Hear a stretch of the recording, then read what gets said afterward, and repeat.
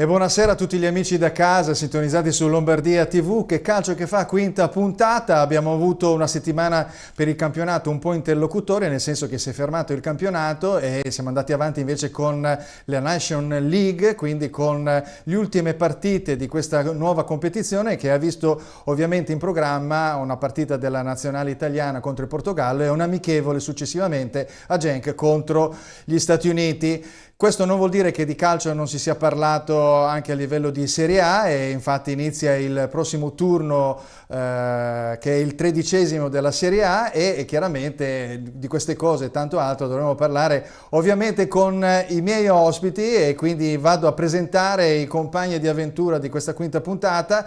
Inizio alla mia sinistra con Cesare Bumma. Sì, buonasera Fulvio, grazie dell'invito. Buonasera a tutti. Cesare Bumma di tuttotoro.com, è direttore di Toro Channel, sì, giusto? Sì, che va in onda ogni lunedì a Torino e anche su Sky. Ecco, bene, tanto calcio, eccolo qua. Sì, questo è il nostro giornale web da 13 anni online. Ecco, poi ci ricordiamo anche le tue presenze qui su questa emittente qualche anno fa, quindi molto vicini, con anche un gruppo di lavoro di amici, mentre invece per la prima volta qui a Lombardia TV ho il piacere di avere il direttore, the editor in chief, lui si è definito, abbiamo Mauro Corno di Sportal.it.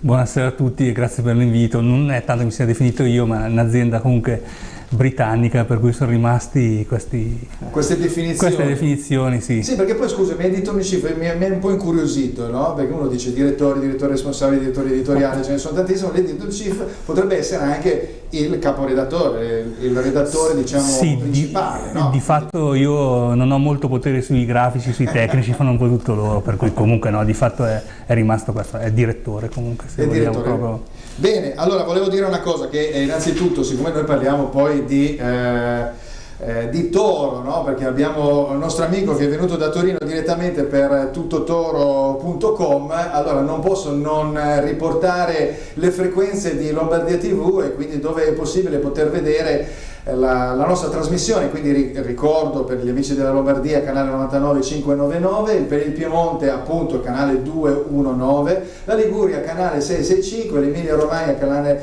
99890, il Veneto canale 674 e il Lazio il canale 890 del digitale terrestre. Nel frattempo colgo l'occasione di ringraziare Mauro Corno, che mi ha portato un suo libro, perché se l'avessi saputo prima avremmo potuto fare una bella gigantografia della sua bella copertina, ma questo perché è un libro che rimane un po' datato, nel senso che la logica dovrebbe essere più aggiornabile, no? Più aggiornata, certo. Perché tratta praticamente nuovi confini dell'impero, storie di emigrazione del calcio italiano, cioè tutti quei calciatori che hanno iniziato un po' di anni fa, anche qualche decennio fa probabilmente, a svernare, a trovare, diciamo, una collocazione calcistica in paesi impensabili. Uno di questi al volo, quello più curioso, me lo puoi dire?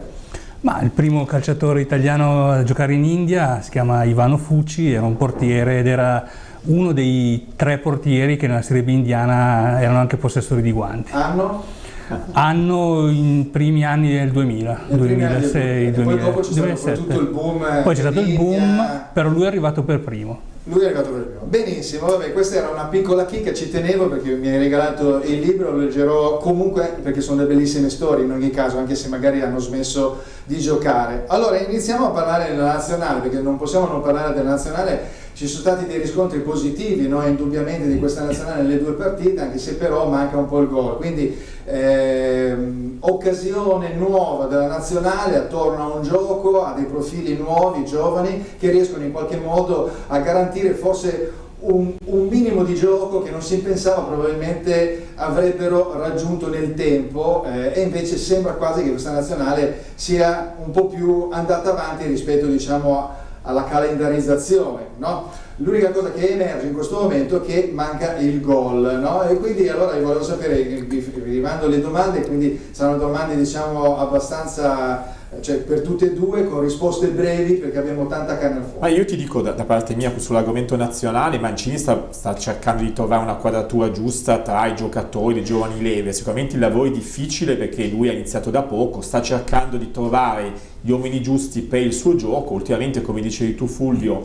le partite sotto il profilo del gioco stanno andando abbastanza bene, non si trova la via del gol. Qualcuno dice, diciamo, può dire che nel calcio è fondamentale segnare, perché quando, diciamo, fai tanto gioco, arrivi davanti, manca sempre qualcuno, l'ultimo passaggio, soprattutto le ultime partite, vedi giocare Insigne, Immobile, che non danno quello che danno nel campionato italiano. Allora, diciamo, uno può dibattere se il senso del campionato italiano e il valore del campionato italiano a livello, diciamo, internazionale europeo è lo stesso, perché Immobile in Italia fa tanti gol e in Europa, anche quando è andato al Dortmund, non ha fatto granché. Le occasioni ce l'ha, manca forse un po' di convinzione. È chiaro che la nazionale italiana, diciamo, nelle competizioni ufficiali gioca in altro modo, però vedremo quello che succede, insomma. Bene, bene. Vabbè, questo è il tuo pensiero. Questo è il mio poi, pensiero. Ci sono questi giocatori che ovviamente ci sono, però Insigne direi, rivolgo la domanda anche, oltre alla domanda precedente, anche alla collocazione di Insigne. Mi sembra che Ancelotti l'abbia trovata nel Napoli e Mancini l'abbia un po' carpita come idea, quindi tutto sommato avere anche un falso giocatore, un falso centravanti di davanti non è una cosa così sbagliata. Beh, indubbiamente Mancini è dovuto ripartire da zero, perché rimanere a casa dal mondiale è stato veramente uno smacco troppo grosso per il calcio italiano. Erano 60 anni che non succedeva una cosa di questo genere. Manca il gol, ma purtroppo mancano proprio gli elementi in grado di fare gol. Prendiamo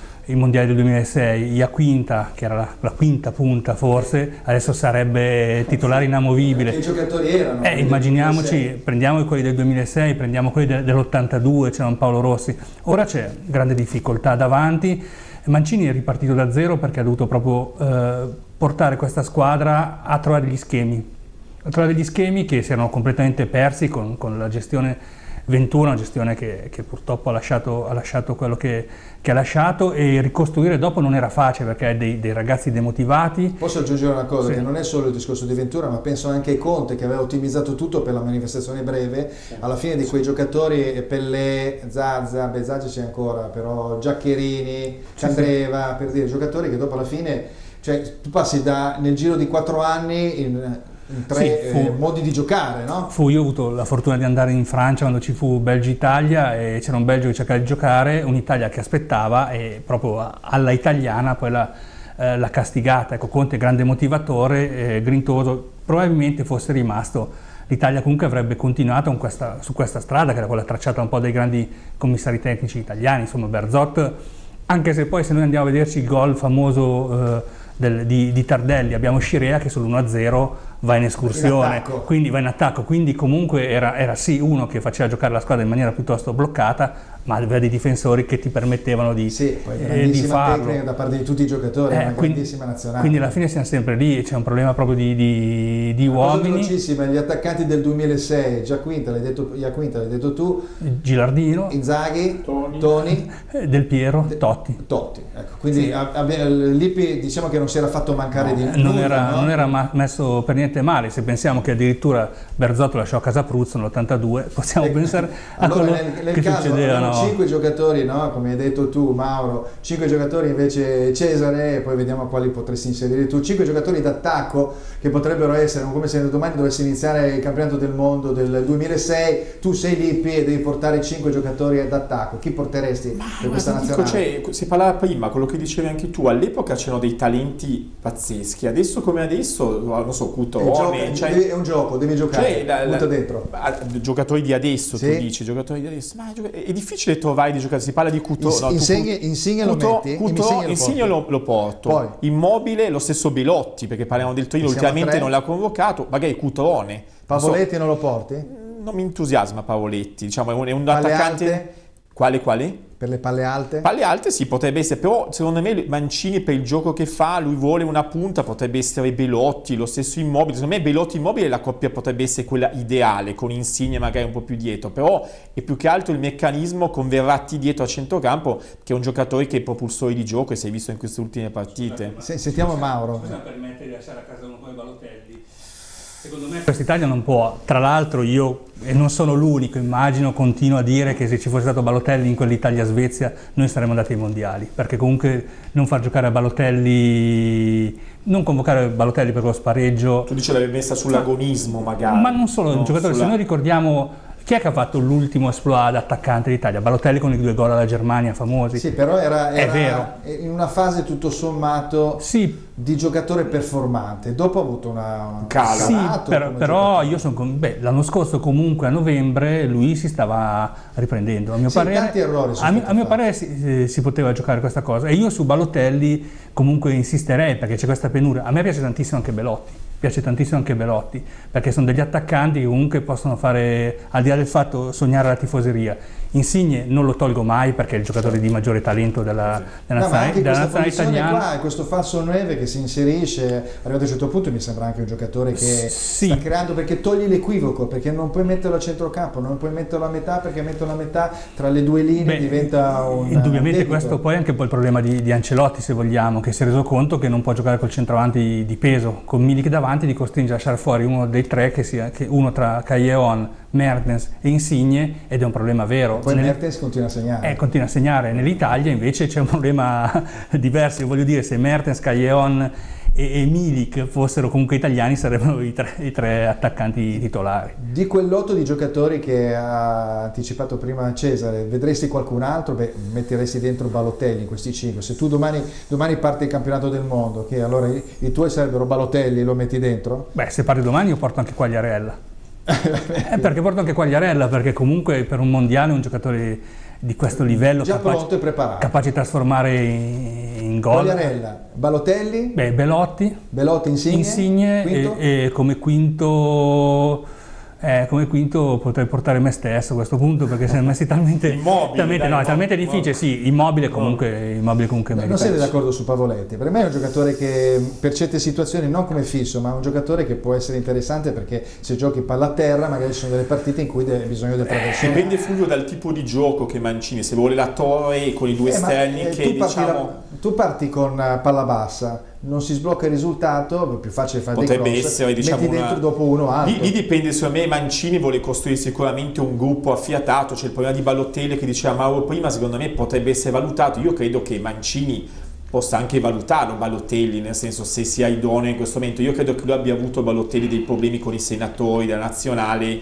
dopo certi comportamenti che ha avuto. Secondo me c'era stato da parte di alcuni senatori una specie di stop alla convocazione di Balotelli nazionale. Poi c'erano dei rumors su questo. Probabilmente questo è il discorso, che Mancini è un allenatore che sta facendo un po' ormai delle scelte nuove. Sì, no? quello. Quindi, anche troppo in alcuni casi, secondo me. Anche troppo? Sì, perché... Secondo te è l'allenatore giusto? Sì, è l'allenatore giusto, però per esempio non voglio togliere assolutamente al talento di Tonali, però portare un ragazzo di 18 anni che gioca in Serie B, secondo me non dai un grandissimo messaggio. È un po' il precorrere un po' troppo i tempi, anche la convocazione di Zaniolo che fece.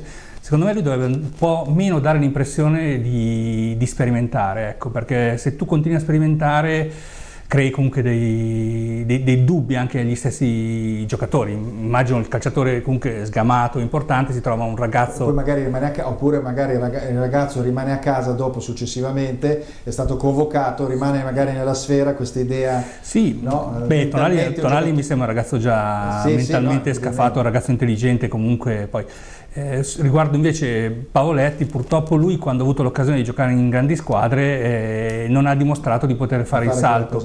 A me piace Pavoletti, è un giocatore generoso, grintoso, però sinceramente non lo metterei tra i 5. 5 non lo convochi. Porterei Immobile. Cesare, invece, velocissimamente, per te Mancini è l'allenatore? Allora, stavo pensando questo. Secondo me Mancini è arrivato dopo l'anno 0, quello delle non qualificazioni mondiali, con 21. Sicuramente la nazionale, diciamo, la federazione cercava un altro allenatore, si parlava di Ancelotti che non ha accettato. È arrivato Mancini, il vantaggio che ha dopo l'annata disastrosa della non qualificazioni mondiali, del dopo Ventura, lui ha la possibilità di lavorare su un gruppo, scegliere i giovani giocatori. Diciamo, il fatto di puntare, come diceva Mauro, su Balotelli o Quagliarella, personaggi comunque che hanno un'età, dei calciatori hanno un'età avanzata, lui può convocare dei giovani, ha meno responsabilità in questo momento perché nessuno a Mancini potrebbe dire nulla in questo momento. Sta cercando in questo momento i talenti italiani si contano sulle dita di una mano, non ci sono più i giocatori di un tempo, quindi il suo lavoro, diciamo, più di prospettiva. È certo che se non arrivano i risultati, vedi queste partite con tanto possesso palla ma pochi gol,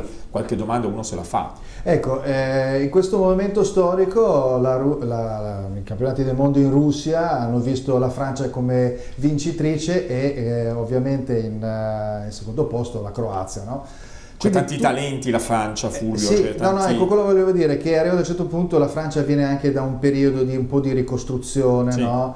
La Croazia sono talenti che, vabbè, per il paese che è tutto sommato con pochissima densità di popolazione ha fatto una grandissima nazionale, però quindi ha fatto un exploit incredibile. Ma se guardiamo a tutte le altre nazionali, abbiamo l'Inghilterra che riparte da zero con tutti i talenti nuovi, la Spagna con Luis Enrique che anche riparte, eccetera eccetera, con i talenti che hanno già, li vediamo quelli del Real Madrid, la Germania che si abbassa di girone nella Nation League, e che quindi viene eliminata con anche lei alla Corea, non solo l'Italia, il Belgio che non decolla del tutto e scende anche di un girone nella Nation League, quindi arrivato a un certo punto l'Italia che non si è presentata, cosa gravissima, al mondiale, però tutto sommato si ritrova in una fase di ricrescita, di rinascita assieme ad altre nazionali che devono un po' ripartire. Io con delle sono sorprese. sono d'accordo su quello che tu dici, per sono d'accordo su quello che dici, però il problema, e forse lo diciamo anche prima con Mauro, c'è il problema che in Italia i giovani giocatori della nazionale non sono titolari nelle squadre di club, perché dopo la legge Bosman i calciatori migliori non giocano titolari e poi nella nazionale è difficile vederli a grandi livelli. Il problema è quello, magari la Francia, tutti i giocatori titolari giocano nei campionati d'Europa, dall'Inghilterra, l'Italia, la Francia sono titolari, da noi i giocatori che giocano molti non sono titolari nelle loro squadre, comunque i giovani non hanno quella prospettiva di poter giocare. Sì, poi titolari. la Francia è stata brava anche ad avere, ovviamente, con quelli che venivano dalle vecchie colonie, quindi giocatori di colore che garantiscono comunque una certa potenza fisica, no? Perché in dato momento c'erano un po' le battute che volavano, dicevano non è più una nazionale francese ma una nazionale africana. È così. Bene, nel 98 comunque la Francia giocava con Guy Varche centravanti, che è una cosa comunque indecente, voglio dire. È vero, è vero. E il problema vero dei difensori italiani è vero che giocano poco nelle loro squadre di club. A me una volta raccontava Ciro Ferrara della sua esperienza di quando era allenatore dell'Under 21, lui diceva io non ho nessun giocatore che possa andare a prendere in Serie A perché non giocano. E diceva io invece a 18 anni, 19 anni giocavo contro Van Basten e a quel punto cosa dovevo fare? Io mi dovevo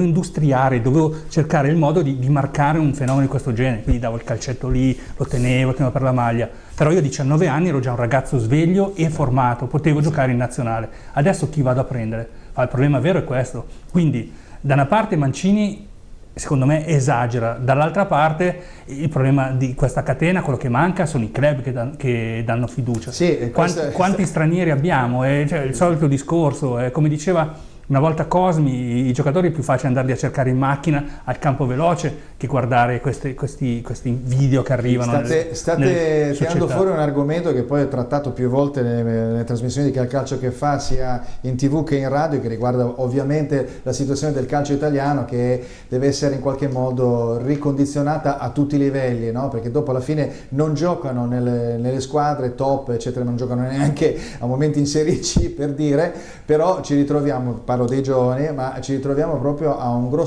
davanti a un grosso problema di natura proprio di crescita e dei talenti, no? Una volta avevamo grande centravanti, grande centrocampista, grande portiere, adesso veramente c'è stato uno tsunami, dobbiamo ripartire ma anche da zero. Per voi, cioè, se io vi chiedessi, secondo voi Rugani è forte? Mi sapreste dare una risposta? Non si è mai capito. Non si è mai capito perché il padre mi sembra che non l'ha presa benissimo ieri. Non l'ha presa benissimo. Però non abbiamo mai visto Rugani giocare 5 partite di fila, tali che ci possano dire questo è un buonissimo difensore, oppure questo è un difensore incerto, quindi non è da Juventus. Non possiamo. Diciamo che forse che Allegri non lo fa giocare sempre, quindi vuol dire che quando gioca non si fida tanto, diciamo, secondo me, di Rugani, da quello che ho capito. Però sì, ho capito, però comunque in ogni caso dice vai a prendere Benatia, il giocatore di esperienza, ha pagato, non puoi non farlo giocare, eccetera, eccetera. Io penso che arriverà comunque il turno di Rugani, in un modo o nell'altro, credo che sia un giocatore su cui puoi fare affidamento, magari non sarà il primo della lista della nazionale italiana, però è tutto il discorso che ci sta a monte. Però a me ha lasciato perplesso il fatto che il Chelsea, quindi Sarri, non abbia fondato il colpo, perché Sarri, che l'ha visto crescere, l'ha visto giocare, vanno esperienze, insomma, se avesse avuto un po' di coraggio, a meno che la Juventus gli abbia chiesto 60 milioni, a quel punto lì può anche essere successo. Davanti all'offerta, allora magari per questo che magari il papà, se non so se il papà è procuratore, è un po' inalberato, dice sono rimasto per farlo giocare, a questo punto poteva giocare in Premier. Va bene, io chiedo invece alla regia di mettere il contributo numero 5 e vediamo, perché cambiamo pagina, lasciamo la nazionale e ci troviamo davanti a un ex nazionale, una leggenda, una bandiera del grandissimo Torino anni 60, che è sempre legata purtroppo a questa vena un po' triste che ha il Torino riguardo appunto una morte violenta purtroppo di Gigi Meroni e poi di quello che è stato il grandissimo Torino con il dramma di Superga. Allora questo è in qualche modo un piccolo omaggio a Marcord nei confronti di Cesare Boom, che è venuto a trovarci per Tutto Toro, e quindi a questo punto io non faccio altro, siccome mi piace fare sempre qualche parallelismo, rimando al passato per cercare di vedere anche quali sono i gusti anche calcistici dei nostri ospiti. Chiedo a Cesare qual è stato il calciatore granata degli ultimi 30 anni che ti ha entusiasmato, che ti ha consentito di andare allo stadio, vado a vedermi quel giocatore. Ma guarda, io quando parlavi del Torino dello scudetto del 76 ero bambino, quindi ho rivisto diciamo nei video tutti questi gol che facevano Graziani e Pulici, col poeta del gol Claudio Sala che faceva questi cross. Sicuramente il Toro degli anni, quando è arrivato secondo, che il Verona ha vinto lo scudetto nell'85, no? Quello è un gran bel Toro, insomma, c'era Leo Junior, c'era Serena, c'era il Verona di Bagnoli che ha vinto lo scudetto con Elker, Brighel, Di Gennaro, Fanna, aveva una grossa squadra, lì è stato bravo Bagnoli. Quel Torino era buonissimo. Poi c'era l'ultima decade con il presidente Bossano, che poi è fallito il Torino, ma aveva Casagrande, Scifo, Martin Vasquez, insomma una grande squadra. I tifosi del Torino, che ci seguono anche in tanti, lo diciamo, anche qua in Lombardia dove siamo qui a Crema, alla fine sono contenti dell'arrivo del presidente Caio. Negli ultimi anni ha riportato un po' di entusiasmo, il Torino è entrato diciamo nella fascia tra le medio questo grandi, ne parliamo, però io cercavo un nome da secondo me Claudio Sala, che è il poeta, che è quello che riusciva a fare i dribbling, e l'alter ego di Causi in nazionale, esatto, diciamo, c'è questo dualismo. Lui dice sempre nelle interviste che l'abbiamo fatto a Claudio Sala, dice che ha pagato il fatto di avere Causio davanti, se no avrebbe potuto fare in nazionale molta più strada di quella che effettivamente ha fatto, perché c'era il blocco Juve, allora in quegli anni era difficile che prendessero, però tra lui e Causio sono dei grandi giocatori, ne parlavamo adesso, quei talenti lì di quel tempo non ci sono più, Fulvio. Sentiamo invece un Granata che ti ha in qualche modo incuriosito, ti è piaciuto vedere? De Granata attuale mi piace tantissimo Belotti. Mi piace tantissimo Belotti perché secondo me è finalmente un giocatore che incarna il cuore toro. Un giocatore che si butta su tutti i palloni, un giocatore che può ricordare per certi versi anche Pulici, se vogliamo fare un passo indietro. Un giocatore che a me piaceva molto il Torino per l'eleganza era Cravero, per esempio, perché Cravero ha rappresentato quel classico difensore che poteva stare anche a centrocampo, era il libero dei piedi buoni. I due ruoli, e l'ha sempre fatto con grande intelligenza, mi piaceva come giocatore. Poi è vero, il grande Torino del 76-77 aveva tutta una serie di calciatori che sono comunque rimasti nella storia. C'era questo blocco di calciatori brianzoli, quindi c'era Patrizio Sala, c'era Claudio Sala, c'era Mozzini, però non credo fosse Brianzolo. Credo fosse Mozzini, penso non fosse Brianzolo, comunque era difensore. Certo, erano quelli. E poi questa coppia d'attacco che credo sia irripetibile, quella di Graziani e Pulici, che veramente beccati da una bravissima dal poeta del gol. E poi c'era Gigi Radice in panchina, che comunque aveva fatto la storia del Torino quegli anni. Ecco, allora adesso invece parliamo del Torino di adesso, no? Visto che sei il Torino adesso, la considerazione che faccio di questi ultimi anni, che con l'avvento di Cairo, che poi è stato prima contestato, poi comunque lui, dicono che non spenda, però comunque in ogni caso ogni anno c'è un certo giro di giocatori, si ricambia un po', sembra quasi che ogni anno si possa ripartire con un progetto diciamo migliore dell'anno precedente, con degli obiettivi un po' superiori, no? A me sembra che invece ogni volta ricaschi un po' indietro. Quest'anno per esempio pensavo che potesse essere l'anno giusto. Diciamo Fulvio che gli ultimi anni questo è stato un po' la leitmotiv del Torino, cioè Caio sta facendo un ottimo investimento da quando ha preso il Torino nel 2005, sicuramente ha avuto anche i suoi vantaggi, sta costruendo delle buone squadre. Alla fine quello che i tifosi dicono negli ultimi anni è che manca il salto di qualità. Appena il Torino debba fare il grande salto, debba fare la partita per rientrare un attimino nelle prime sette, tipo la scorsa settimana col Parma, 10 giorni fa col Parma in casa, fallisce l'obiettivo e vivacchia tra l'8º e il 10º posto, in quella zona della classifica dove sei poco distante dalla zona Europa League, distante dalla salvezza, e quindi stai, diciamo, a fine anno sempre a dire vendo i calciatori migliori, non li vendo. Noi la settimana scorsa a Torino abbiamo fatto una puntata sui bilanci delle plusvalenze di Caio, si parlava che quest'anno come bilancio 2017 c'è stato 100 milioni di fatturato per la prima volta superati, un utile da record. Sicuramente lui diceva prima di Belotti Mauro. Belotti è un giocatore che 2 anni fa Caio poteva vendere benissimo ottenendo una plusvalenza veramente importante, l'ha confermato. Non dico che quest'anno si sta mangiando le mani, perché l'anno scorso tra l'infortunio che ha avuto, la non qualificazione ai mondiali, Belotti, diciamo, negli ultimi anni ha avuto una regressione, sembra che stia tornando, diciamo, su buoni livelli. Sicuramente il Torino sta lì dal sesto il nono posto, i tifosi vorrebbero, visto che le prime 7 entrano in Europa League, alla fine lottare almeno fino alla fine, diciamo, ottenere un obiettivo, fare qualcosa di più di quello che ha fatto, perché la squadra è discreta, buona, c'ha Sigu in porta che è una sicurezza, c'ha Inculo in difesa che è una sicurezza, forse a centrocampo adesso hanno venduto Ljajic, forse non so tutti riferirvi anche a Ljajic, che è un ottimo giocatore, è stato venduto l'ultimo giorno di mercato, c'ha Iago Falchi, il Torino, centrocampo, ha preso Zaza che è una scommessa ripreso dalla Spagna, è un bel giocatore, finora però non ha dimostrato granché, entra solo gli ultimi 20 minuti e non ha fatto benissimo. Certo, in Italia è difficile, diciamo, arrivare stabilmente tra le prime 5, perché c'è un blocco di squadre sicuramente superiore al Torino, secondo me, ma almeno arrivare dal sesto o settimo posto il Torino può farlo. Naturalmente poi sono i risultati, si parla degli allenatori, dicevi prima di Mancini, il Toro ha scommesso su Mazzarri, l'anno scorso ha preso Mihajlovic, un anno l'ha confermato, il secondo anno non si è confermato a grandi livelli, è stato esonerato al presente è l'allenatore giusto Mazzarri per questa fase, diciamo, di ricostruzione? Mazzarri, secondo me, non è un attore che diciamo prima del gioco in contropiede, non è un allenatore che dà un gioco strepitoso alla squadra, gioca di rimessa, tutti dietro il pallone e poi di rimessa. Con Belotti, che è un attaccante di peso, deve essere servito dalle fasce laterali. Il Torino, per il gioco che fa finora, secondo me ha vinto la partita di Genova con la Sampdoria e poi ha perso in casa col Parma. Adesso alla ripresa deve giocare a Cagliari, lo dicevamo prima, e manca sempre quel salto di qualità. I tifosi sperano che prima o poi, insomma, lo faccia, che rientri stabilmente tra le prime 6. Sentiamo invece il parere di Mauro riguardo a questo. Secondo me è una squadra anche troppo altalenante per i valori che in realtà può mettere in campo, e credo che Mazzarri potrebbe fare un pochino meglio con la rosa che ha a sua disposizione. Soprattutto c'è il discorso di Zaza. È ovvio che se tu riuscissi a far giocare contemporaneamente Zaza e Belotti, anche perché cosa fai? Vai a prendere Zaza per poi fargli fare gli ultimi 20 minuti. Zaza è un giocatore di peso.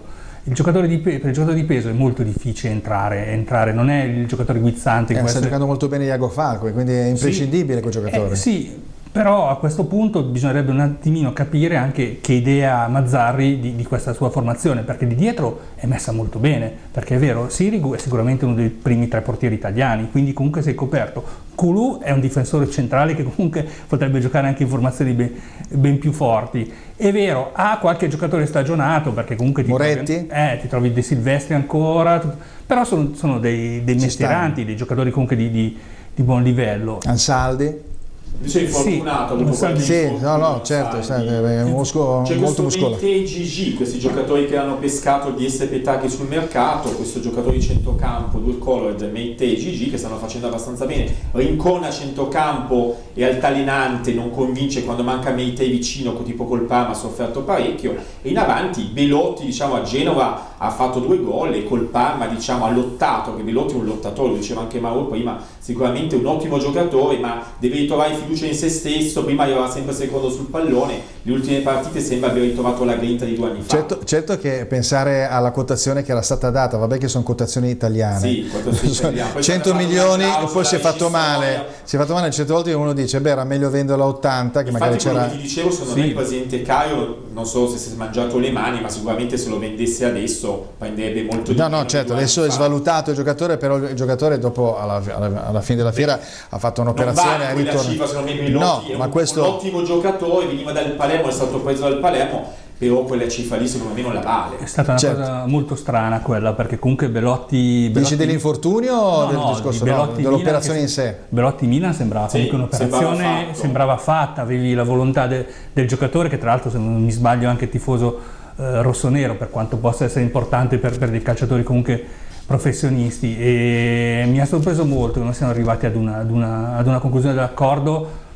Può anche essere che la situazione economica del Milan, come poi si è dimostrato, in quel momento non fosse così tale da consentire a Cairo di arrivare ad una Va bene, allora arrivato a un certo punto siamo arrivati proprio alla fine della prima mezz'ora, no? Quindi abbiamo un piccolo contenuto pubblicitario, quindi 30 secondi, ritorniamo che abbiamo altri argomenti come le coppe, il campionato e magari a parlare anche un po' di mercato con i nostri amici Cesare Bumma e Mauro Corno.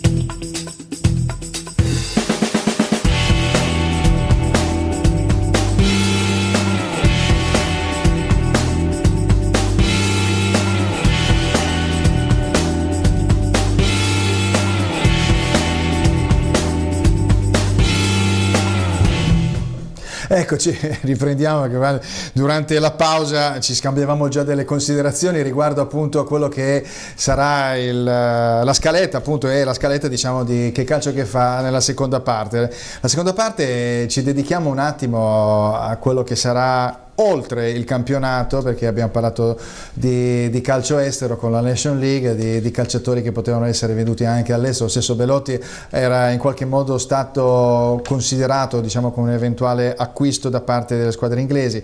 Vediamo un attimo il turno infrasettimanale, facciamo qualche considerazione riguardo appunto gli italiani in Coppa, perché in fin dei conti la nazionale sta facendo bene, ma stanno facendo molto bene anche le squadre in Coppa. C'è qualche difficoltà, qualche situazione un po' critica, deve essere ancora risolta, vedremo. Questo turno sarà molto molto importante, specie per 3 squadre. Vediamo un attimo il turno. Allora abbiamo martedì 27 abbiamo Roma-Real Madrid, un Juventus-Valencia, poi mercoledì abbiamo l'altro turno sempre di Champions League con il Tottenham Hotspur-Inter, Napoli-Stella Rossa, e poi giovedì c'è l'appendice della Europa League con il Milan-Dudelange e la Polonia-Limassol contro la Lazio.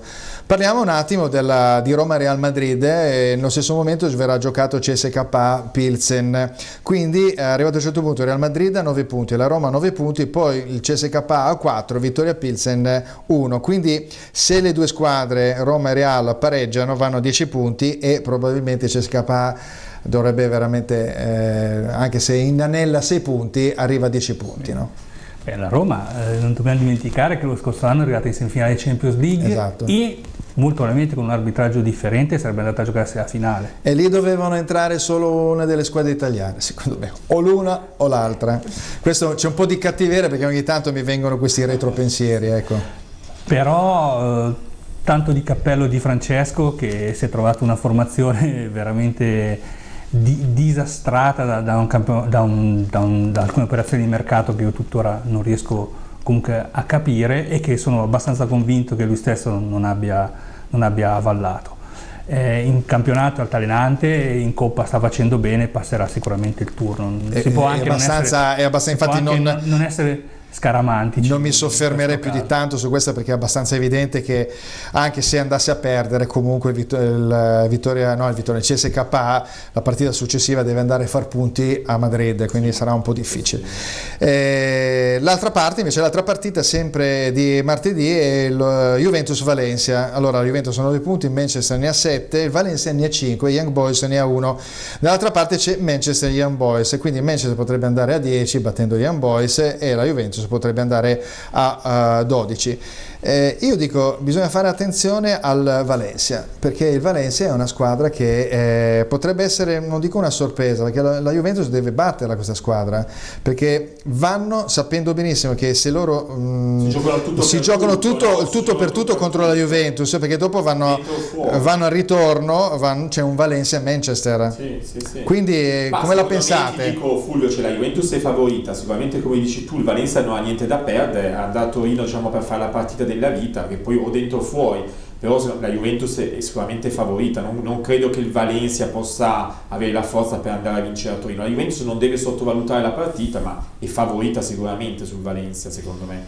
La Juve deve mettersi alle spalle quello che è riuscita a combinare negli ultimi 5 minuti con il Manchester United, perché se comunque si entra in campo un retropensiero, un termine che prendo a prestito, il termine usato poco tempo fa tu, diventa un bel problema, perché comunque il campionato italiano alla fine la Juve stritola le avversarie, quando incontri una straniera ci sono delle situazioni. La questione forse anche un po' mentale, no? Che quindi mentale. sai benissimo che di fronte non è una squadretta, e comunque Manchester è abituato da decenni a praticare. Consideriamo che all'andata a Juventus a Valencia ha vinto in 10 uomini, quindi comunque il Valencia ha tirato in porta soltanto alla fine con un calcio di rigore, quindi sulla carta non c'è partita, però è anche vero che non è fino ad oggi una Juventus esatto, cioè non è un dato di fatto, cioè e ti trovi di fronte che a una possa andare a squadra. vincere così, perché il Valencia giocherà, anche perché il Manchester, io ho visto la vecchia Volpe Mourinho, dopo aver perso 1-0 a Manchester dice bene, tanto noi facciamo la corsa sul Valencia. Poi dopo è andato a vincere a Torino, quindi con una mentalità ben precisa, no? Quindi poi vabbè, c'è la fortuna, l'autorete, tutto quello che vuoi, però comunque vuol dire che è gente che è abituata a giocare ad altissimi livelli. Va bene, andiamo invece al girone appunto dell'Inter, perché mercoledì 28 c'è il Tottenham Hotspur contro l'Inter, che è la partita diciamo clou, no? Proprio del proseguimento, perché se l'Inter pareggia mantiene la distanza e l'ultima partita gli basta anche solo un pareggio. Secondo me Fulvio l'Inter ha le carte regola per andare a pareggiare a Tottenham. Io mi ricordo con la Juventus il Tottenham 2 anni fa vinceva 1-0, poi ha perso 2-1 in casa. Le squadre inglesi di solito giocano meglio tra le mura amiche che fuori casa, però sicuramente l'Inter farà la sua partita. Quella partita non è stata molto chiara, quella col Milan, quella partita lì. Io credo che l'Inter in questo momento, se Spalletti sta trovando la quadra alle ultime partite, al di là di qualche calo di tensione, la partita con l'Atalanta, che secondo me fa storia a sé, che è stata una partita mal giocata dall'inizio alla fine, l'Inter sicuramente fa risultato per me a Tottenham. A Londra col Tottenham, va bene. All'andata è girata un po' la stagione dell'Inter, se vogliamo. Quei minuti sono stati fondamentali sia dal punto di vista proprio psicologico, perché comunque hanno dato una grande forza. Convinto tutto l'ambiente. Ha convinto tutto l'ambiente, poi si è dimostrato che Icardi può segnare anche da fuori area, che non è una cosa. È vero, è un gol mai visto. Non è un dettaglio quello, tra l'altro Icardi che si è anche sbloccato in nazionale assieme a Dybala pochi giorni fa. Secondo me anche l'Inter ha abbastanza messo in ghiaccio la qualificazione, anche perché comunque il Tottenham non è il Tottenham dello scorso anno. Sì, io ho visto che l'anno scorso comunque seguendo appunto il ritorno del Milan avevano perso 2-0 all'andata, il ritorno ha perso 2-1, ma guardando lo score dei gol subiti il Tottenham prendeva tanti gol, infatti si è visto che anche contro l'Inter arrivato a un certo punto si era slabrata dietro l'Inter, è andata ad aggredire e loro non ci hanno capito più niente, quindi se li fai giocare a centrocampo arrivano in porta. Kane è un altro giocatore che io non ho ancora capito se è fortissimo o se è medio, però è un inglese che probabilmente in Italia potrebbe fare bene. Si esalta con le medie e piccole squadre, magari con le grandi partite non ha mai convinto a pieno. Questo sono dei vecchi discorsi, se poi dopo alla fine è più importante un giocatore che segni oppure un giocatore che regali un po' più di colpi alla platea, segni il giusto e aiuti la squadra. Io sono più per il secondo e un po' meno per Kane. Va bene, andiamo invece con Napoli Stella Rossa, che l'altra partita invece è Paris Saint-Germain contro il Liverpool. Qua bisogna fare molta attenzione perché il Liverpool è ovviamente una squadra che è alla stessi punti del Napoli, quindi 6 punti il Liverpool, 6 punti il Napoli, Paris Saint-Germain 5, Stella Rossa 4, e attenzione perché sono tutte e 4 lì in un modo o nell'altro, quindi ogni partita o dentro e fuori, no? Quindi Napoli Stella Rossa in teoria sulla carta il Napoli con questa nuova mentalità dovrebbe vincere, d'altra parte Paris Saint-Germain e Liverpool, se vince il Liverpool e vince il Napoli ci si ritrova praticamente già con 9 punti il Napoli, 9 punti il Liverpool, e quindi il caro Paris Saint-Germain non riesce a vincere questa Champions. È proprio caro Paris Saint-Germain, visto carissimo. Il livello degli stipendi dei giocatori che fanno parte della formazione francese, e indubbiamente rischia Paris Saint-Germain. Rischia molto. Il Napoli deve anche ringraziare la Stella Rossa che ha battuto il Liverpool, una Stella Rossa che era andata a prendere 6 gol in casa per il Saint-Germain, una partita che credo sia ancora sotto inchiesta perché ci fu un giro abbastanza particolare di scommesse, se ne parla ancora tanto. Non credo proprio che il Napoli possa essere impegnato da una formazione che comunque è lontano dal proprio stadio, fatica comunque molto per appunto, no? Il Napoli è di un altro pianeta. Sarà interessante, si farà un po' come negli anni 80 con la radiolina, sentire cosa fanno dall'altra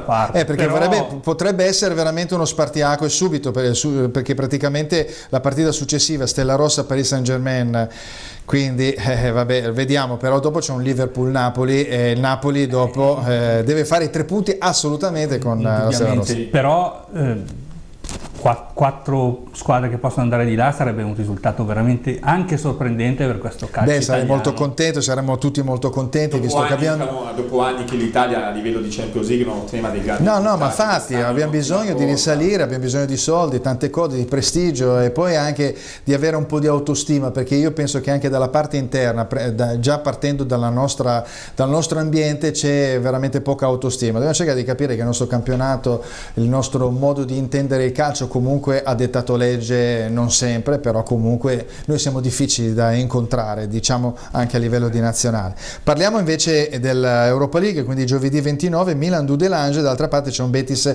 Olympiacos che è una partita molto importante perché il Betis ha 8 punti, il Milan e l'Olympiacos ne hanno 7 e il Dudelange ne ha 0, quindi è una partita a 3 che si deve sbloccare subito, quindi il Milan in camera probabilmente 3 punti va a 10, ma la partita successiva è un Dudelange Betis con il Betis che potrebbe magari aver già potuto l'Olympiacos, insomma l'ultima partita ragazzi del Milan è una tragedia. Lo dico.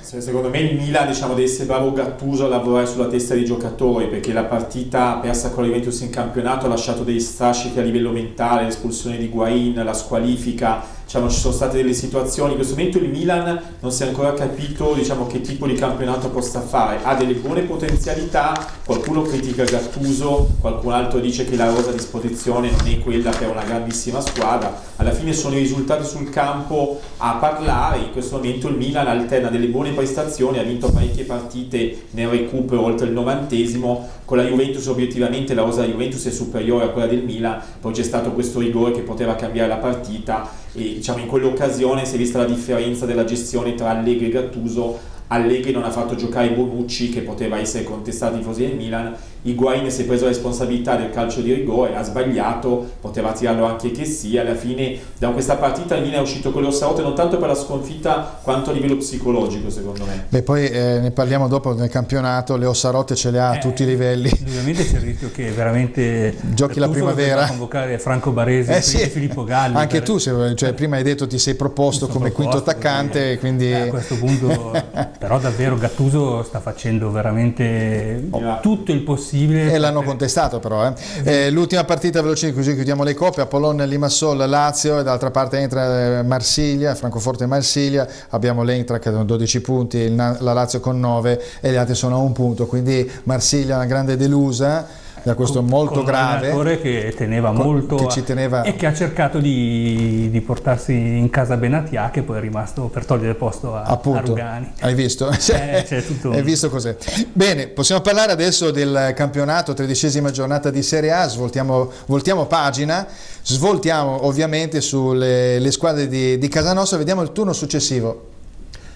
Questa è la classifica, vabbè, abbiamo visto 34 punti, il Napoli della Juventus a 6 punti il Napoli, poi abbiamo l'Inter a 25, la Lazio a 22, la coppia Milan-Roma a 21-19, il Sassuolo che è sempre lì a ridosso, è un piccola sorpresa, l'Atalanta a 18 che sta risalendo, Fiorentina interlocutore col Torino, il Parma a 17, la Sampdoria a 15, Cagliari 14, Genoa a 14, Spal 13, Bologna 10, Udinese ed Empoli 9, Frosinone 7 e il Chievo a 0 punti. Vediamo a questo punto invece il turno successivo e lo vediamo soprattutto con le fasce che io di solito utilizzo, cioè nel senso che Lazio-Milan è una partita clou perché per una questione di alta classifica non si può non considerare 22 punti contro i 21 e per il quarto posto. Udinese, poi abbiamo 3 partite che sono tutte più o meno nella stessa fascia, nel senso che ci sono delle pericolanti o vicino alla zona pericolante con delle squadre dell'alta classifica o a ridosso dell'alta classifica. Abbiamo un Udinese che cambia allenatore con la Roma che ha 19 punti che sta cercando di risalire. Abbiamo un Bologna con un Inzaghi che è un po' vacillante con risultati che sono un po' altalenanti e una Fiorentina che non si conferma mai. Abbiamo un Empoli che ha cambiato allenatore, sta cercando di risalire, con qualche punto è riuscito a fare qualcosa, l'Atalanta invece sta spaccando dopo 5 partite mi sembra. Poi abbiamo il trittico a ridosso diciamo della zona alta, quindi abbiamo un Parma-Sassuolo molto interessante, 17 contro 19 punti, Cagliari in casa è sempre interessante da vedere, il Torino deve riconfermarsi nella sua modo di procedere fuori casa con 17 punti, e poi abbiamo il derby della Lanterna che è più o meno sullo stesso livello con 14 e 15 punti. In teoria le ultime 3 dovrebbero essere delle partite che non dovrebbero regalare delle sorprese, un Inter Frosinone, una Juventus Spal e un Napoli Chievo, dove io devo dire la verità, farei attenzione al Chievo perché non si sa mai, sono quelle partite storte che vengono fuori, che non si sa mai, però il Chievo è veramente ridotto male. Partiamo dal Lazio-Milan e vediamo, la Lazio subisce meno reti dello scorso anno ma segna di meno, quindi è diventata una squadra più equilibrata. Domando a Mauro. Alla Lazio sta mancando un giocatore di cui sono innamorato, che è Luis Alberto. Quello che ha fatto Luis Alberto lo scorso anno veramente, ma veramente mi è piaciuto veramente tanto, un giocatore di anche talento. L'altro, anche Milinković-Savić è in ritardo. Milinković-Savić purtroppo lui a un certo punto della stagione si è visto con la maglia bianconera, è andato a fare il mondiale che già aveva capito che alla Juventus probabilmente sarebbe arrivato qualcun altro un pochino più importante di lui, e secondo me non si è più ripreso da questo. Ha fatto un campionato del mondo molto male. Del resto sottotono, con una formazione peraltro non fortissima come la Serbia, però non è ancora riuscito a ritornare a ragionare da calciatore della Lazio. E poi Luis Alberto comunque è effettivamente il giocatore che l'anno scorso all'inizio aveva spaccato. Luis Alberto purtroppo, tra problemi fisici, tra il fatto che comunque non goda più della fiducia indistinta da parte di Inzaghi, non gioca, potrebbe anche essere ceduto a gennaio, quindi lo stesso Immobile a sua volta, ma credo faccia parte di questo meccanismo, cioè Immobile, se funzionano gli altri ha più spazio, quindi riesce comunque a involarsi e andare davanti al portiere. L'anno scorso era primo, secondo attacco, sì. La difesa era attorno al 10° posto, adesso prende meno gol, sembra quasi che il cambio quasi Acerbi e De Vrij sia stato diciamo positivo. E vediamo invece il Milan che si presenta malissimo, nel senso che continua a perdere pezzi, e quindi deve essere bravo Gattuso, diciamo prima, per una partita aperta 1x2, secondo me Lazio-Milan molto aperta, ogni possibilità di risultato sul campo. Non un 1x, cioè tu dai anche credito. No, vabbè, ma da 1x2 però favorita la Lazio, secondo me 1x favorita la Lazio perché gioca in casa e comunque Inzaghi comunque ha la squadra più oliata. Gattuso, come diceva anche Mauro, sta facendo i miracoli, tu dicevi è contestato, e chiaramente il Milan, diciamo, avendo l'Inter ripreso a fare risultati, la Juventus che sta vincendo un campionato dietro l'altro, i tifosi del Milan negli ultimi anni diciamo hanno vissuto un attimino male questa situazione. È chiaro che non è che d'amblè nel calcio, se non riesci a programmare, a fare investimenti sul medio-lungo periodo, riesci a ottenere risultati subito.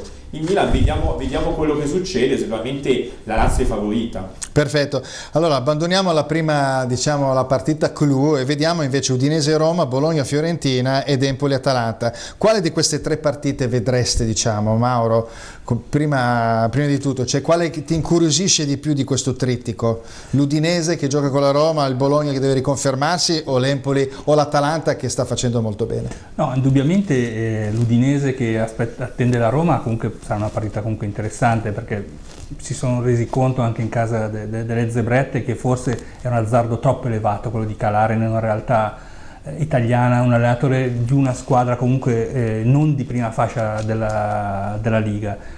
È vero anche che se a un certo punto il difensore dell'Udinese non decide di andare in escursione e prendere la palla lì, fai 0-0 con il Milan, quindi magari abbiamo ancora l'allenatore. È la quarta sconfitta dopo Juventus, Napoli, Milan delle top. Si aggiungerebbe anche questa della Roma?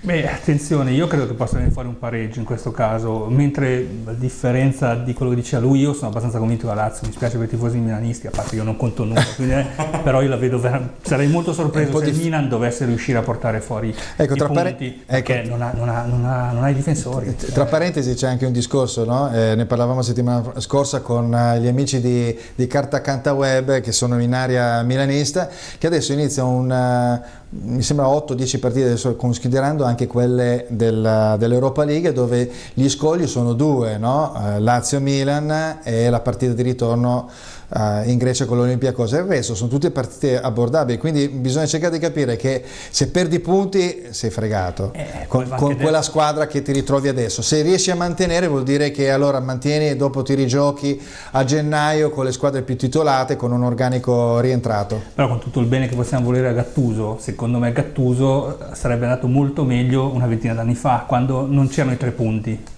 Quindi, perché lui, se deve fare il pareggio, è molto bravo, ma se deve andare a vincere cambia un po' tutto. Non è un caso che lui sia stato un asso in situazioni precarie, come potesse essere il Pisa, l'Ofi Creta, formazioni che comunque con difficoltà proprio economiche andavano in campo per portare a casa, per bloccare la pagnotta, diciamo. Quando deve fare i punti lo vedo un pochino più in difficoltà. Ecco, tra parentesi l'Udinese, questo come dati, l'Udinese in casa ha fatto solo 3 gol.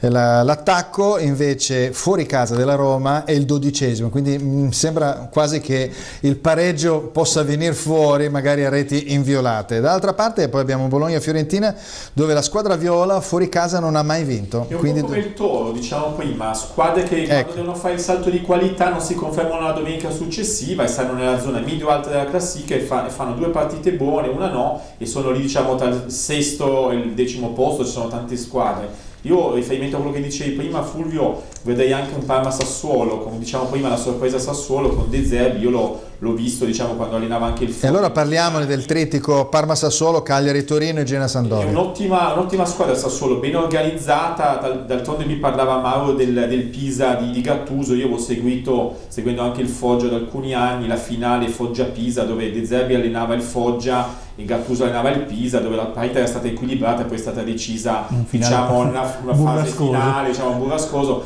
e comunque sicuramente la Fiorentina deve confermarsi. Il Sassuolo è atteso una partita difficile perché è anche un derby emiliano, comunque il Parma in casa è una buona squadra, ha vinto Torino, e il Torino, lo diciamo prima, Cagliari deve confermarsi perché secondo me è un'ottima squadra. C'è stata la pausa di campionato, gli allenatori devono essere stati bravi in questa pausa a lavorare più sulla testa dei calciatori, perché non giocare per 2 settimane vuol dire qualcosa. Il Toro, lo dicevo anche la scorsa settimana a Torino, se vuole andare in Europa League a Cagliari deve andare a fare la partita e portare a casa i 3 punti. E il Toro è imbattuto fuori casa, non ha mai perso. Sì, lo so, diciamo questo però ha perso questa col Parma e quest'anno sta facendo un andamento diverso, sta imbattuto fuori casa e in casa sta perdendo qualche colpo, diciamo, perché sicuramente per come imposta il gioco Mazzari, lo diciamo prima, il Torino mira fuori casa a difendersi, a partire in contropiede, e in casa che deve fare la partita deve attaccare con le difese schierate. È difficile scardinare le difese e ottenere i 3 punti, questa è la chiave. Genoa-Sampdoria, derby della lanterna, vi dico, Genoa peggior difesa con 26 punti, tolto il Chievo che vabbè è ultima. La Samp invece è molto equilibrata perché ha lo stesso percorso sia in casa che fuori casa, mentre invece l'anno scorso era fortissima tra le mura amiche, e mentre invece fuori casa invece andava male. Allora un pronostico secco su questa situazione di questo derby. Vincerà la Sampdoria. La Sampdoria ha veramente beneficiato di questa pausa, perché a un certo punto si è interrotto qualcosa nel meccanismo oliato di Giampaolo. La Sampdoria è un derby, comunque, quindi va in campo con una certa tensione, ma se c'è una formazione che andrà in campo con una mega tensione, questo è il Genoa, perché arrivi con un allenatore che sai già che se dovesse perdere salta. È già il secondo allenatore stagionale. Siamo ancora qua a chiederci per quale motivo abbia fatto Ballardini a Preziosi. Probabilmente c'è qualcosa che noi non sappiamo. Juric a me non dispiace, secondo me è un buon allenatore. Conosce bene l'ambiente, comunque. Bisogna capire un po' questo Piontek che di colpo si è bloccato. Cambiando l'allenatore non è stato più sfruttato probabilmente per le sue caratteristiche. Può anche essere comunque non sia quel fenomeno che tutti pensavamo fosse, sì, quando è arrivato, perché si sono sprecati sui paralleli, no? Lewandowski. Certo. Ecco, quindi vediamo, magari fa 3 gol con una Sampdoria che sta subendo. Vediamo invece Cesare, un pronostico secco. Ma secondo me vince la Sampdoria. Diciamo, il derby esula un po' può finire in ogni modo. La Sampdoria sulla carta è sicuramente superiore al Genoa. Juric si gioca di nuovo la panchina, lo diciamo prima, e Giampaolo, come diceva anche Mauro in questo momento, quest'anno alterna risultati, diciamo, buone partite e riduce da un paio di sconfitte. L'ultima volta con la Roma ha perso male, e comunque secondo me 1x2, ma è favorita la Sampdoria. Allora vogliamo giocare invece su a chi tirarli, nel senso che nell'ultimo trittico abbiamo Inter Frosinone, Juventus Palla e Napoli Chievo. Dovreste vedere una sorpresa in queste 3 partite, dove l'andreste in qualche modo a recuperare. Mauro? Ma allora, delle tre... Sorpresa dico anche Sì. ovviamente un pareggio, anche dove sarebbero 3 partite già vinte sulla carta. Sono 3 partite già vinte sulla carta, però è vero che l'effetto sorpresa Chievo, giusto per far vedere avventura, che era tutta colpa sua, potrebbe essere creare pericoloso. qualche problemino in più al Napoli. È che si trovano di là un volpone come Ancelotti che non si fa, figurarsi. Può essere invece, domando a Cesare, invece la sorpresa all'Inter che magari ha la mente, dopo la batosta con l'Atalanta, ha la mente al Tottenham. Secondo me, Fulvio, se l'Inter vuole essere vicino alla Juventus e Napoli, deve vincere. Sicuramente queste sono partite in casa dove la squadra è favorita. Napoli, Inter e Juve sono le prime 3 del campionato. In questo momento l'Inter, con la battuta d'arresto che ha avuto a Bergamo, ha preso una brutta scopola sul piano psicologico, si è un attimino allontanata dalle due. Napoli e Juventus sono quelli che fanno il campionato alle prime 2, l'Inter subito dietro, la Juve nettamente favorita per lo scudetto, diciamo prima. Va bene, adesso chiedo alla regia la numero 9, cambiamo argomento perché non parliamo più di Serie A ma parliamo un po' di mercato, perché incomincia ad avvicinarsi la data fatidica del calciomercato di gennaio. Ecco qua, abbiamo 3 bei volti nuovi che potrebbero rivestire la maglia o invece un bel doppio petto, bisogna vedere dalla carica. Centralmente abbiamo Marotta per il discorso di direttore sportivo dell'Inter, pare che sia appunto fatta da questo punto di vista. Pogba per un rientro di un giocatore insoddisfatto che va a risistemarsi in uno scacchiere dove ha fatto molto bene, e un Ibrahimovic che rappresenta un po' una scommessa, nel senso che ritornando nel suo Milan, nella sua Milano, perché lui adora la città, arrivato a un certo punto dà un senso al campionato del Milan stesso, ma anche lo aiuta perché Ibrahimovic comunque perlomeno anche a livello carismatico è uno trascinatore. Quindi cominciamo a parlare di Pogba, andiamo da sinistra, abbiamo pochi minuti, stiamo chiudendo, 4 minuti velocissimi. Lui ha fatto delle dichiarazioni che sarebbe felice di tornare, perché in questo momento la Juventus con l'acquisto di Ronaldo, diciamo, una delle favorite per la vincita della Champions. Poi dicevi anche tu forse prima, con Mourinho Pogba ha qualche problema, quindi sfruttando un po' questa palla al balzo potrebbe rientrare alla Juventus a gennaio. È chiaro che è stata una vendita all'epoca, diciamo, abbastanza un esboso da parte del Manchester onerosissimo. Alla fine bisogna trovare l'accordo economico, perché è la volontà dei giocatori, ma alla fine conta anche quello delle società. Lui sarebbe contentissimo di tornare, magari si fa sicuramente sta cosa, magari non lo so, a gennaio, magari a giugno. Mauro invece? La volontà del giocatore sembra chiara, però non vai a trattare con una società che l'ha pagato poco e non vai a trattare comunque una società debole, per cui se soltanto il Manchester United dovesse impuntarsi e dire sì, io ti do Pogba ma tu mi dai Pjanic, credo che si chiuderebbe il discorso, per quanto sia fondamentale Pjanic per sì, c'è un po' di maretta in quel di Manchester, effettivamente è una squadra che non sta giocando ai livelli che almeno erano in qualche modo presupponevano insomma inizialmente. Invece mi interessa sapere il vostro pensiero riguardo a Marotta, perché apre un nuovo capitolo per la gestione e la compravendita dei giocatori, ma anche una linea che probabilmente deve essere intrapresa, visto che lui ha fatto molto bene sia alla Sampdoria che alla Juventus. Un grandissimo colpo da parte dell'Inter, perché trova un dirigente bravo, preparato e soprattutto motivato, perché questo divorzio dalla Juventus è un altro dei misteri del calcio attuale. Probabilmente in casa Juve si sono resi conto che non c'è più bisogno di avere un buon manager, perché tanto i giocatori sono loro a venire a bussare alla tua porta, come sta facendo Pogba, e quindi sono privati dell'artefice di molti dei successi bianconeri, per cui l'Inter non poteva prendere di meglio, a mio parere. Quindi la vedi bene, anche perché poi tu sei un po' colorato di bianconero, quindi vabbè, non stai piangendo calde lacrime, perché tanto la Juventus ha ormai una linea ben tracciata. No, beh, ma al di là di tutto, secondo me è una scelta sorprendente questo divorzio. Io però ormai sono abituato a vedere qualcosa di oscuro dei divorzi un po' a sorpresa in casa della Juve. Abbiamo visto come è stato congedato Del Piero, che pensava di andare avanti 10 anni. Lì è stato fatto il passo più lungo della gamba. Anche Buffon. Io se posso dire la mia Fulvio su assolutamente Marotta, l'Inter ha fatto sicuramente un ottimo colpo. Vivendo a Torino ti dico che quello che è stato detto a Torino dalla società da Andrea Agnelli è quello di puntare su dei manager giovani come Paratici, anche Nedved, dare più responsabilità. Questo divorzio con Marotta, diceva anche Mauro, misterioso. Ci sono stati anche dei fatti extrasportivi, diciamo, che l'ultimo periodo se ne è parlato tanto, che potrebbero aver pesato. Lui sicuramente è animato da una volontà, diciamo, anche di rivincita, perché ovviamente Marotta nel calcio non ha lavorato bene solo alla Juve, ma anche alla Sampdoria, anche da altre parti certo, tante squadre italiane, sicuramente farà il suo, poi con Suning che dà a disposizione dei mezzi economici per prendere sul mercato. Ma sì, probabilmente perché è molto facile fare i direttori sportivi quando ci sono i soldi, molto difficile quando ci sono i periodi di vacche magre, e l'Inter e il Milan in questo periodo ne hanno passate. Sicuramente loro hanno voluto delle garanzie, sicuramente per accettare, certo, andare fino in Cina a incontrare Suning per ottenere la casa, sicuramente ha ottenuto delle garanzie economiche. Risposta proprio secca, siamo proprio alla fine, alla conclusione. Ibra sì o Ibra no? Ci sono le possibilità, sentivo che ci sono delle buone possibilità, lui vorrebbe arrivare, si parla di 600.000 euro fino a fine campionato. Tu come lo vedi? Tu come lo vedi? Ma io credo che Ibrahimovic ci possa dare un contributo, quindi diciamo, è un sì. Nel medio periodo può dare una grossa mano al Milan, secondo me, può essere un'ottima quindi è un bel sì, mentre invece per Mauro? Un super sì, sia per la questione proprio del carisma del giocatore, sia perché secondo me si è rotto le scatole di stare un anno e mezzo a giocare in un campionato che veramente non ha tanto senso per un vincente, per un lottatore come lui.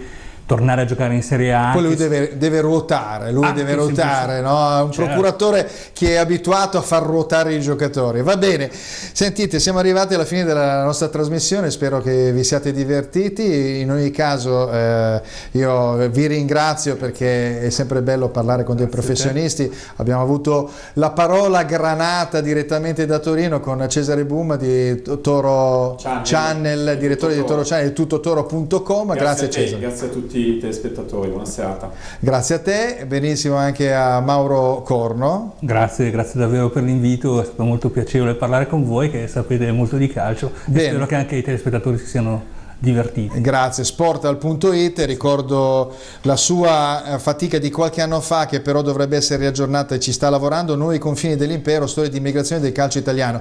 Ricordo solo in chiusura, oltre al fatto che vi ringrazio, che calcio che fa lo potete seguire al venerdì alle ore 21 come in questo momento, domani sabato alle ore 18 in replica, poi ci sono le trasmissioni che vanno in radio invece ogni lunedì dopo il weekend calcistico alle ore 11 su Silver Music Radio, e poi sul web quando c'è qualche notizia interessante andate a leggerla, perché su www.checalciochefa.com noi la riportiamo. Benissimo, vi ringrazio ringrazio di nuovo Cesare Boom e Mauro Corno, e noi ci vediamo settimana prossima, sesta puntata di Che Calcio Fa su Lombardia TV. Ciao.